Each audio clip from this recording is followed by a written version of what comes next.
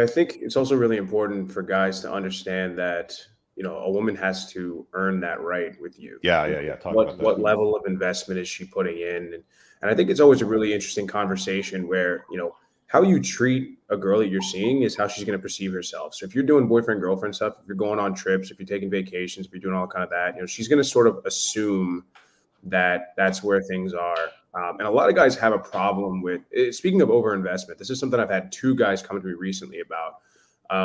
Is just overinvesting too much too early as far as texting goes. That's a big one that a lot of guys mess up. They get the match, they get the number, they're texting. Maybe they can't meet up for like a week and a half, and they just texting every day. The good morning text, good night text, all that kind of bullshit.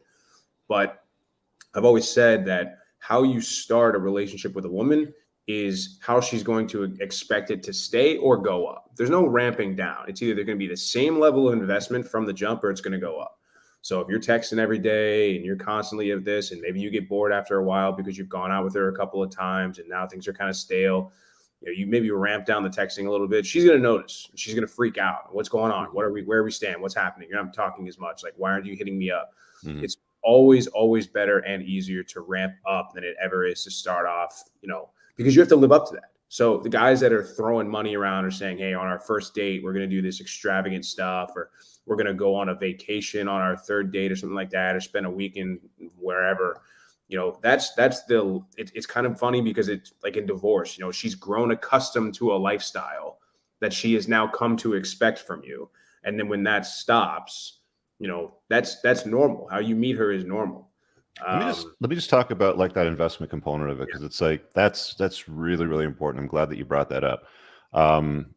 Like the whole of her earning your time or more of your time or a dedication of your time, whether it's solely or if it's shared, doesn't matter. But the whole, component of her earning it, a lot of guys overlook that. It's like they'll be like, oh, she touched my pee, so she's earned it now. It's like, yeah, so uh did you get sick? Did she look after you? Can you hand her a dry cleaning receipt and say, pick this up for me when you're out today?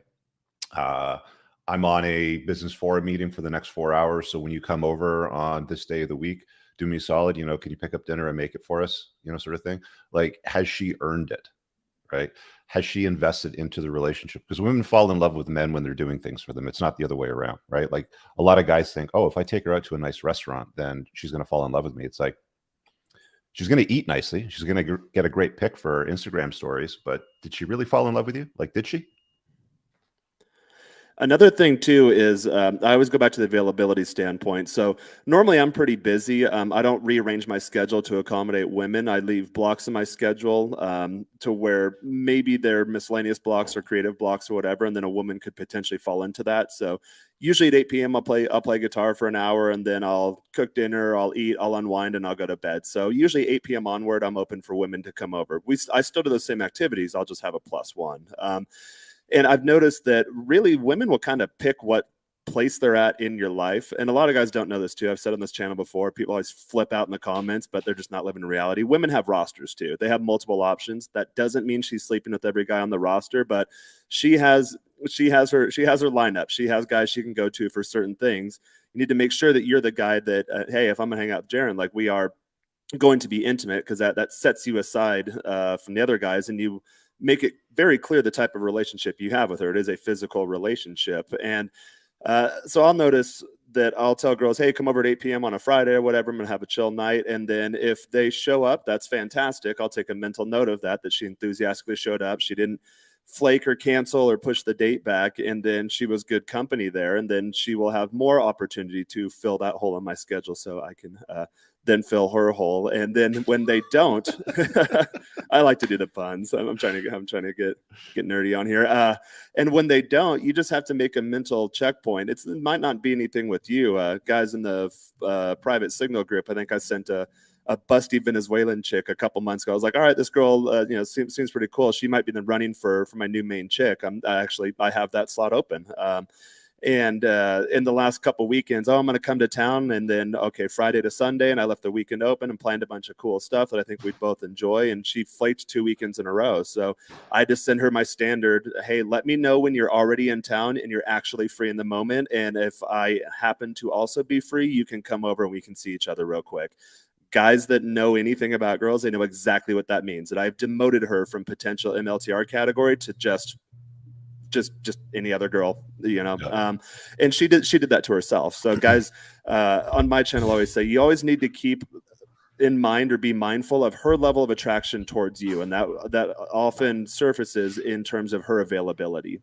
So I want to ask Jaron this question because this recently came up too with a buddy of mine where, standard, you hear about this stuff all the time. This was the same guy that was kind of having a problem with overinvestment and over texting. They had hung out. They were spending a lot of time together. She ghosts him. She goes cold over an entire weekend. He texts, he calls, nothing. A couple of days go by. I think they had plans or something like that. And she just bailed. I don't know if she stood him up or just bailed or whatever, but a couple of days later, she comes back. He's like, "Oh my God, I'm so sorry. My mom was in town. I just was so busy." And, so I was kind of giving him like, "Hey, like you need to demote this chick. Like she needs to kind of earn this back." But, is there any coming back from that? Like, is there any coming back from once she's, and maybe it depends on the aggression and the boundary that she crossed. But, it's like, look, if you run into that, or she cancels a date, or she does something like that, at what point and how much are you putting her through the ringer before you're like, all right, like you're going to get another shot? That is a really good question. I think obviously she'll be demoted a bit. She'll have to go step back. And I actually had this happen once in San Diego. I was dating a new girl.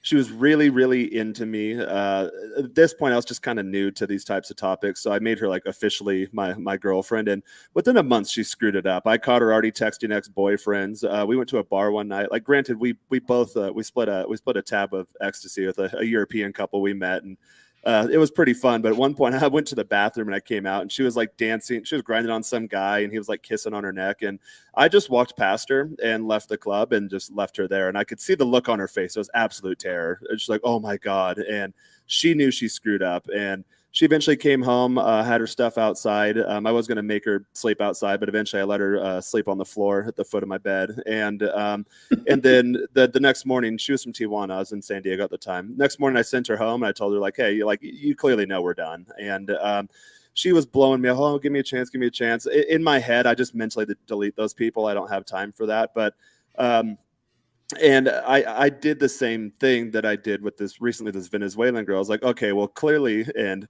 my friends and I would joke about this. This is seriously the bucket I'd put them in at the time. I said, hey, clearly you're not girlfriend material. Like, we made that very clear. But I am willing to put you, when you watch a movie and they always have like stuntman number 1 or like random guy at coffee shop number 2. So I told her, I was like, I'll create a new category in my dating life. You can be whore number 1. So like, you'll never be my main chick. You'll never be a girlfriend. You made it very clear that you're incapable of doing that. But you can be whore number 1. So like, of all like the random chicks I'm betting, if there's a conflict that comes up, I will give you priority. I was like, but that's the last slot you get in my life. Don't screw it up. And from that point forward, that was like 7 years ago. She's coming here in a couple weeks. She has been just 100% just on point with me. I don't expect her to be monogamous because I'm not in San Diego anymore, but she understands the don't poison the well concept. I've never had any issues with her. And when she comes down, she rubs my feet and my back and cooks and cleans, and she helps me with a lot of my creative stuff. Guys that collaborate with me in my professional life or creative endeavors, they've probably met her before.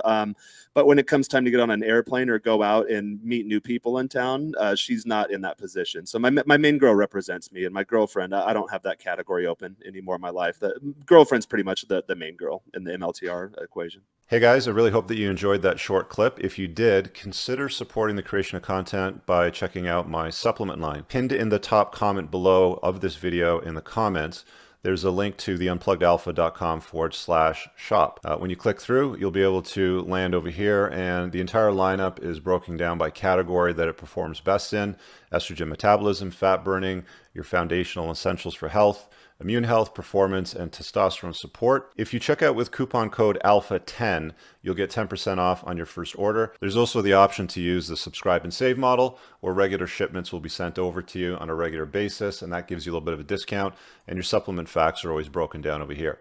Thanks for watching. I hope you guys have an awesome day. And again, check out that link. It's pinned in the top comment below in this video. Peace out.